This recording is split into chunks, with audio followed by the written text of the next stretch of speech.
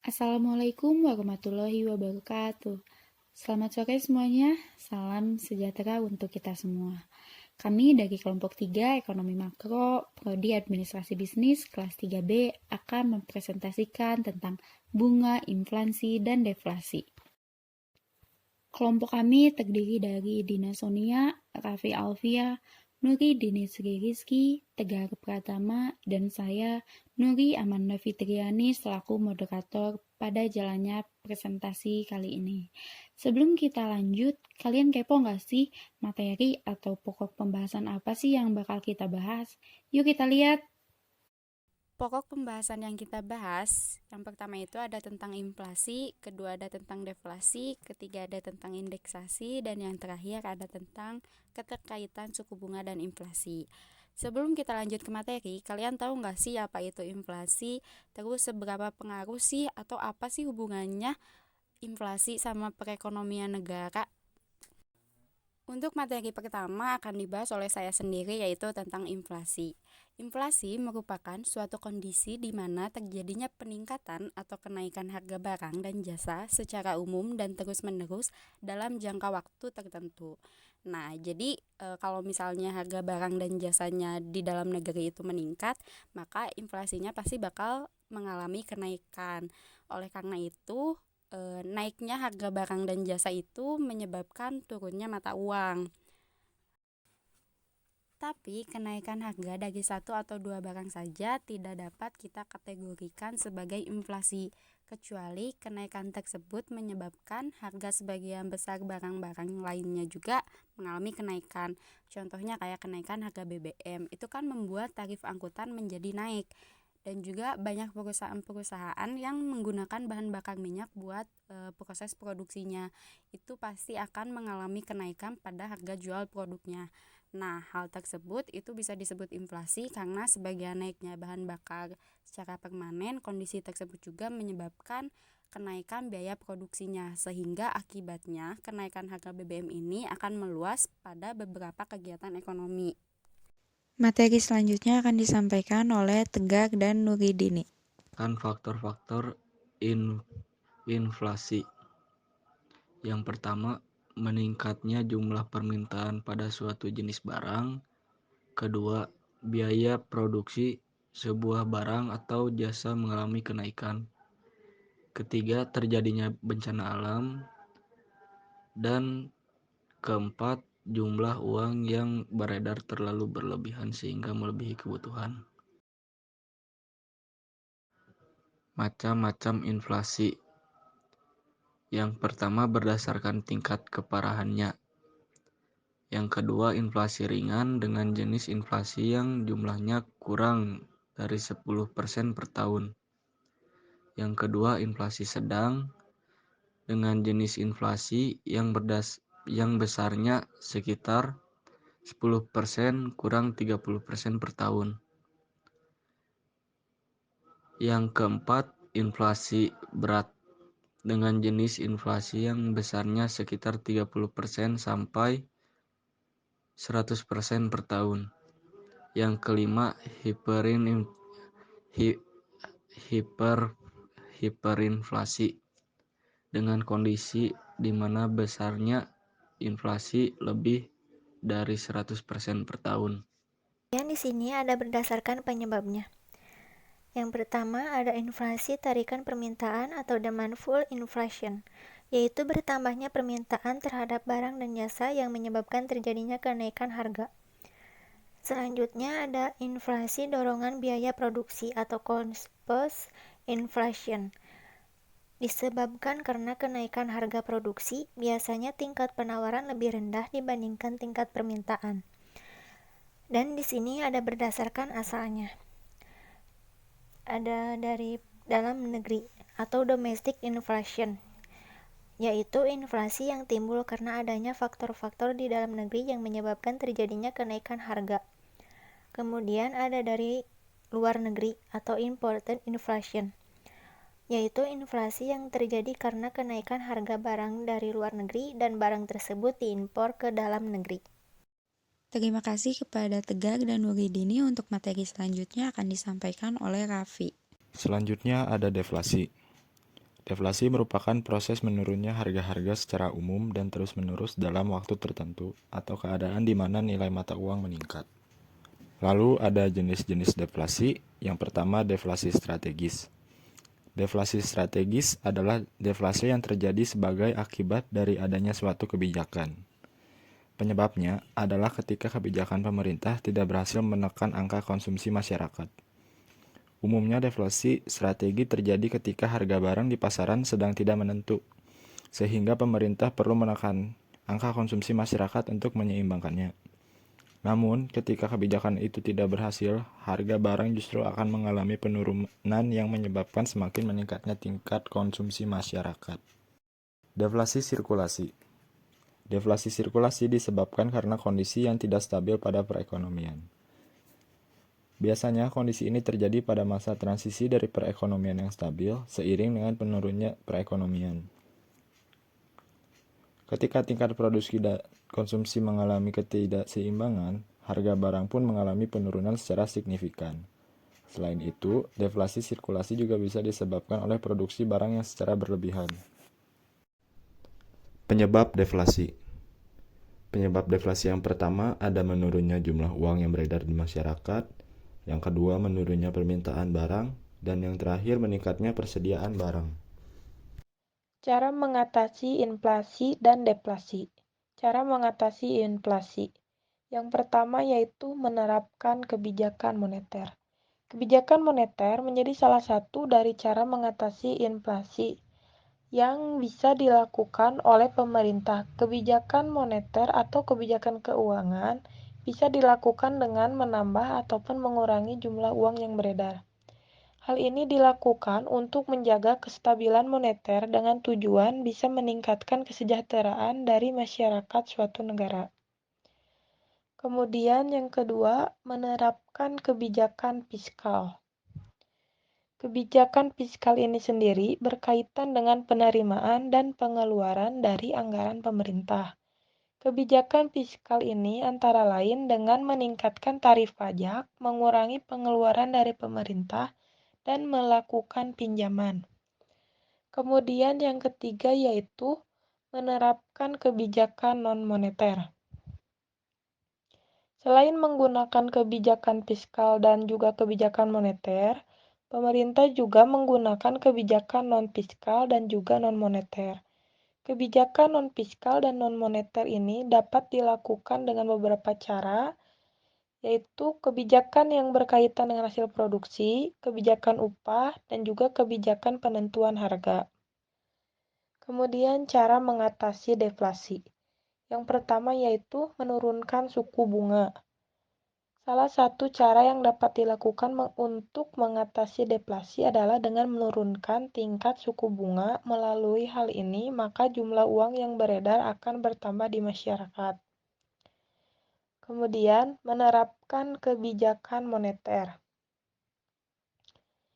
Bank sentral sering melakukan kebijakan moneter. Hal itu dilakukan dalam rangka meningkatkan jumlah dari peredaran uang di tengah masyarakat. Melalui adanya kebijakan moneter tersebut, maka akan berlaku sebuah kebijakan yang bernama politik diskonto. Politik diskonto adalah kebijakan yang dikeluarkan oleh bank sentral. Kebijakan tersebut dilakukan untuk mengurangi atau bahkan menambah jumlah uang yang beredar. Caranya dengan menurunkan atau menaikkan suku bunga bank. Hal tersebut adalah langkah yang diambil untuk menurunkan tingkat suku bunga yang ada. Oleh karena itu, masyarakat akan segera menarik uang yang disimpan di dalam bank. Kemudian menerapkan kebijakan non-moneter. Cara selanjutnya dalam mengatasi deflasi yaitu kebijakan non-moneter. Disebut sebagai cara yang efektif dalam mengatasi deflasi. Di dalam sebuah kebijakan non-moneter akan ada beberapa langkah penting. Langkah tersebut akan membuat jumlah uang yang beredar di masyarakat menjadi meningkat. Terima kasih kepada Raffi dan Dina. Untuk materi selanjutnya akan disampaikan oleh saya dan Nuri Dini. Selanjutnya ada indeksasi atau indeks harga. Indeks harga merupakan suatu ukuran statistik untuk menyatakan perubahan harga yang terjadi dari suatu periode ke periode lainnya. Kemudian ada indeks harga konsumen, yaitu indeks harga yang mengatur harga rata-rata dari barang dan jasa yang dikonsumsi oleh rumah tangga. Indeks harga konsumen sering digunakan untuk mengukur tingkat inflasi suatu negara dan jasa sebagai pertimbangan untuk penyesuaian gaji, upah, uang pensiun, dan kontrak lainnya. Kemudian rumus indeks harga. Metode perhitungan indeks harga. Metode tidak tertimbang agregatif sederhana, yaitu rumusnya IA sama dengan sigma PN dibagi sigma PO dikali 100. Keterangannya, PN yaitu harga pada tahun yang dicari, PO yaitu harga pada tahun dasar, QN jumlah barang pada tahun yang dicari, QO jumlah barang pada tahun dasar. Kemudian di sini ada metode tertimbang. Yang pertama ada metode Ley-Perez. Rumusnya IL sama dengan sigma dalam kurung PN dikali PO dibagi sigma dalam kurung PO dikali QO dikali 100. Kemudian ada metode PSC. Rumusnya IP sama dengan sigma dalam kurung PN dikali QN dibagi sigma dalam kurung PO dikali QN dikali 100. Selanjutnya contoh soal pada indeks harga. Berdasarkan data di atas, hitunglah indeks harga pada tahun 2004. Buat menghitung atau mencari sigma PN sama PO-nya, kita bisa jumlahin nih. Dari barang A sampai E itu totalnya berapa. Nanti kita bakal mengetahui harga tahunnya itu berapa. Nah, kita kan diketahui tuh sigma PN sama dengan 1500 dan sigma PO-nya itu sama dengan 1300. Kita pakai rumus yang metode tak tertimbang, yang rumusnya berarti IA sama dengan sigma PN dibagi sigma PO dikali 100. Maka IA sama dengan 1500 dibagi 1300 dikali 100%, maka hasilnya 115,38%. Jadi, harga pada tahun 2004 mengalami kenaikan sebesar 15,38%. Jadi, kalau misalnya di indeks harga itu kita dikurang 100 untuk lihat hasilnya gitu, atau kita cuma lihat setelah angka 1, jadi 15,38%. Oke, materi selanjutnya akan dibahas oleh saya lagi dan Dina. Hubungannya indeks harga dan inflasi itu apa ya? Nah, hubungan indeks harga dan inflasi. Indeks harga merupakan ukuran statistik mengenai perubahan harga dari waktu ke waktu, sedangkan inflasi adalah kenaikan harga secara terus-menerus pada periode waktu tertentu. Indeks harga dan inflasi sangat berhubungan karena indeks harga adalah dasar untuk menghitung inflasi. Jadi, hubungannya semakin tinggi indeks harga dari waktu ke waktu, semakin cepat pula laju inflasi. Cara menghitung laju inflasi. Yang pertama yaitu menggunakan dengan indeks harga konsumen, yaitu laju inflasi sama dengan IHKN dikurang IHKO per IHKO dikali 100%. Kemudian dengan GDP deflator. Laju inflasi sama dengan GDP deflator N dikurang GDP deflator O per GDP deflator O dikali 100%. Dari rumus tersebut dapat diketahui bahwa keterangan N sama dengan tahun sekarang, O tahun dasar. Kemudian IHK adalah indeks harga yang mengukur harga rata-rata atas makanan, perumahan, aneka barang, dan jasa yang dikonsumsi oleh rumah tangga Di Indonesia, IHK digunakan BPS sebagai indikator. Oke, selanjutnya kita ke contoh soal laju inflasi. Diketahui indeks harga konsumen pada bulan Maret tahun 2000 yaitu 150,65 dan indeks harga konsumen pada bulan Februari tahun 2000 itu 145,15.